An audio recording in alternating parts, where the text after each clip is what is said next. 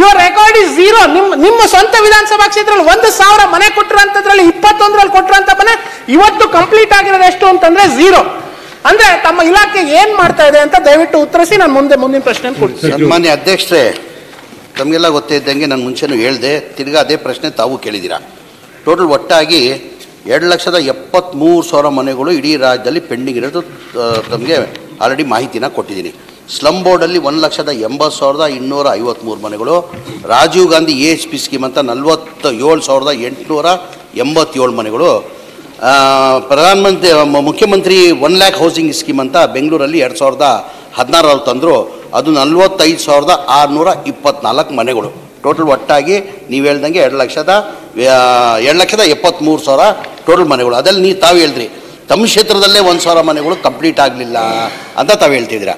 ನನ್ನ ಕ್ಷೇತ್ರ ಅಂತಲ್ಲ, ಇಡೀ ರಾಜ್ಯದಲ್ಲಿ ಹಿಂದಿನ ಸರ್ಕಾರದಲ್ಲಿ 2015, 16, 17, 18, 18 ಸ್ಯಾಂಕ್ಷನ್ ಆಗಿರೋದು ಮನೆಗಳು ಸ್ಲಮ್ ಬೋರ್ಡ್ದು 1,00,000 ಹೇಳ್ಬಿಡ್ತೀನಿ, ಆಮೇಲೆ ನೀವು ಹೇಳಿ. 1,80,253 ಮನೆಗಳು ಸ್ಯಾಂಕ್ಷನ್ ಆಗಿದ್ದು, ಎಲ್ಲೂ ಕಂಪ್ಲೀಟ್ ಆಗಲಿಲ್ಲ ಮನೆ. ಕಾರಣ ಅಂದರೆ ಅದಕ್ಕಿಂತ ಮುಂಚೆ ನಾನು ಹೇಳಿದ್ದೀನಿ, ಒಂದು ಮನೆ ಕಂಪ್ಲೀಟ್ ಮಾಡಬೇಕಾದ್ರೆ 7.5 ಲಕ್ಷ ರೂಪಾಯಿ ಆಗ್ತದೆ. ಕೇಂದ್ರ ಸರ್ಕಾರದಿಂದ ಪ್ರಧಾನ ಮಂತ್ರಿ ಆವಾಸ್ ಯೋಜನೆ ಅಂತ ಹೇಳ್ಬಿಟ್ಟು 1.5 ಲಕ್ಷ ಕೊಡ್ತಾರೆ, ಅದಕ್ಕೆ 18% GST ಹಾಕಿ 1,32,000 ವಾಪಸ್ ತೊಗೊಳ್ತಾರೆ. ಮಾನ್ಯ CT ರವಿ ಅವರೆಲ್ಲ ನಾನು ದಯಮಾಡಿ ಮನವಿ ಮಾಡ್ತೀನಿ, ಕೇಂದ್ರದಲ್ಲಿ ತಮ್ಮದೇ ಸರ್ಕಾರ ಇದೆ, ಆ GST ತೆಗೆದ್ರೆ ಬಡವ್ರು ಸ್ವಲ್ಪ ಅನುಕೂಲ ಆಗ್ತದೆ. 7.5 ಲಕ್ಷ ಕಾಸ್ಟ್ ಏನಿಗೆ ಹೆಚ್ಚಾಗಿದೆ ಅಂದರೆ ಇಲ್ಲ, ಮನೆಗಳು ಕಂಪ್ಲೀಟ್ ಆಗಿ ಕಾರಣ ಅಂದರೆ 4.5 ಲಕ್ಷ ಬೆನಿಫಿಷರಿ ಕೊಡಬೇಕು. 4.5 ಲಕ್ಷ ಕೊಡಕ್ಕೆ ಸಾಧ್ಯ ಆಗಲ್ಲ ಕಾರಣಕ್ಕೆ ಮನೆಗಳು ಎಲ್ಲೂ ಕಂಪ್ಲೀಟ್ ಕೇಳ್ಬಿಡ್ತೀನಿ, ನಾನು ಕಂಪ್ಲೀಟ್ ಮಾಡ್ತೀನಿ, ಎಲ್ಲೂ ಕೂಡ ಕಂಪ್ಲೀಟ್ ಮಾಡಲಿಲ್ಲ. ಮನೆಗೆ ಮುಖ್ಯಮಂತ್ರಿಗಳು ಸ್ಲಮ್ ಬೋರ್ಡ್ಗೆ ಅಪ್ರೂವ್ ಮಾಡಿದ್ದಾರೆ, ಕ್ಯಾಬಿನೆಟಲ್ಲಿ ತಂದು ಅಪ್ರೂವ್ ಮಾಡಿದ್ದಾರೆ. ಈಗ ಅಂತ ನಾವು ಮನೆಗಳು ಕೊಡ್ತಾ ಇದ್ದೀವಿ. ಅದೇ ಥರ ರಾಜೀವ್ ಗಾಂಧಿದೂ ಈಗ ಕ್ಯಾಬಿನೆಟ್ಗೆ ಈ ಗುರುವಾರ ಎಲ್ಲ ಬರೋ ಗುರುವಾರ ತಂದು ಅದು ಅಪ್ರೂವ್ ಮಾಡ್ಕೊತೀನಿ. 1 lakh ಹೌಸಿಂಗ್ ಸ್ಕೀಮ್ ಬೆಂಗಳೂರಲ್ಲಿ ಏನು 45,624 ಮನೆಗಳು ಏನು 1 lakh ಹೌಸಿಂಗ್ ಸ್ಕೀಮ್ ಇದೆ. ಹಿಂದಿನ 2016ರಲ್ಲಿ ಸಿದ್ದರಾಮಯ್ಯ ಅವರು ಮುಖ್ಯಮಂತ್ರಿ ಇರುವಾಗ ಬಡವರ ಬೆಂಗಳೂರು ಸಿಟಿಯಲ್ಲಿ ಆಟೋ ಚಾಲಕರು ಇದ್ದಾರೆ, ಬಡವರಿದ್ದಾರೆ, ಬೀದಿ ವ್ಯಾಪಾರ ಮಾಡೋರಿದ್ದಾರೆ, ಅಂಥವ್ರನ್ನ ಅವ್ರು ಸ್ವಂತ ಮನೆ ಆಗಬೇಕಂತ 1 lakh ಹೌಸಿಂಗ್ ಸ್ಕೀಮ್ ಅಂತ ತಂದರು. ಆ ಟೈಮಲ್ಲಿ 1 ಲಕ್ಷ ರೂಪಾಯಿನ ನಿಗದಿ ಮಾಡಿದರು, ರೇಟ್ 6 ಲಕ್ಷನ ನಿಗದಿ ಮಾಡಿದರು. ಅಂದರೆ ಕೇಂದ್ರ ಸರ್ಕಾರದಿಂದ 1.5 ಲಕ್ಷ, ರಾಜ್ಯ ಸರ್ಕಾರದಿಂದ ಜನರಲ್ ಇದ್ದರೆ 1,20,000, SC ST ಇದ್ದರೆ 2 ಲಕ್ಷ, ಬರೀ ಅವ್ರು 2 ಲಕ್ಷ ಕೊಟ್ಟರೆ ಅವ್ರಿಗೊಂದು ಮನೆ ಬೆಂಗಳೂರಲ್ಲಿ ಸಿಕ್ಕೋದು.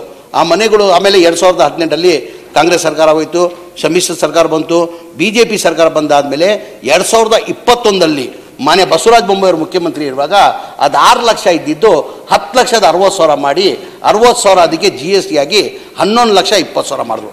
ಅಂದರೆ 7 ಲಕ್ಷ ಬಡವ್ರ ಕಡೆ ಎಲ್ಲಿಂದ ಕಟ್ಟಕ್ಕೆ ಸಾಧ್ಯ? ಆ ಕಾರಣಕ್ಕೆ ಹಿನ್ನೆಲೆಯಲ್ಲಿ ಇದೆಲ್ಲ ಮನೆಗಳು ಪೆಂಡಿಂಗ್ ಇರೋದು.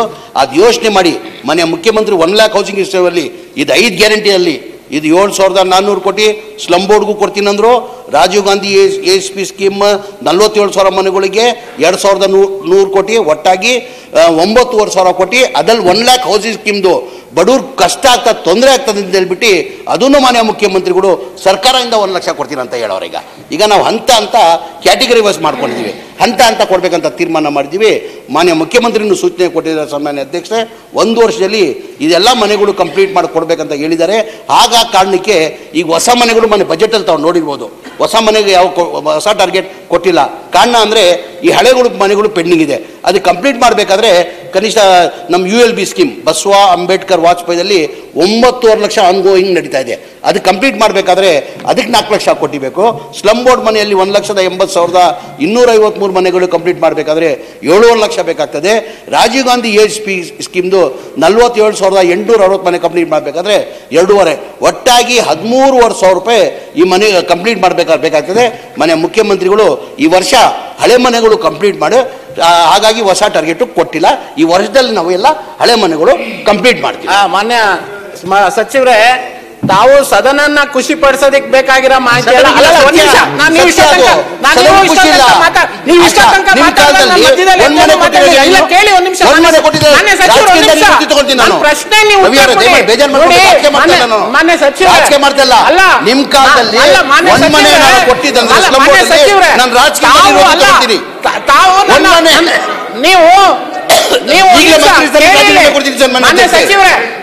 ನೀವು ಮುಂದೆ ಮಾಡ್ತೀರಿ, ಇದನ್ನೆಲ್ಲ ಚರ್ಚೆ ಮಾಡಿದೀವಿ, ಮುಂದೆ ಇಟ್ಟಿದೀವಿ ಅನ್ನೋಂಥದನ್ನ ಏನು ಎಲ್ಲರನ್ನೂ ಖುಷಿ ಪಡಿಸೋದಕ್ಕೆ ಬೇಕಾಗಿರೋ ಅಂತದ್ ಮಾತಾಡ್ತಾ ಇದ್ದೀರಾ. ಆಗ್ಲಿಂದ ನಾನು ಅದನ್ನೇ ನೋಡ್ತಾ ಇದ್ದೀನಿ, ಇಲ್ಲ ಅಂತಲ್ಲ.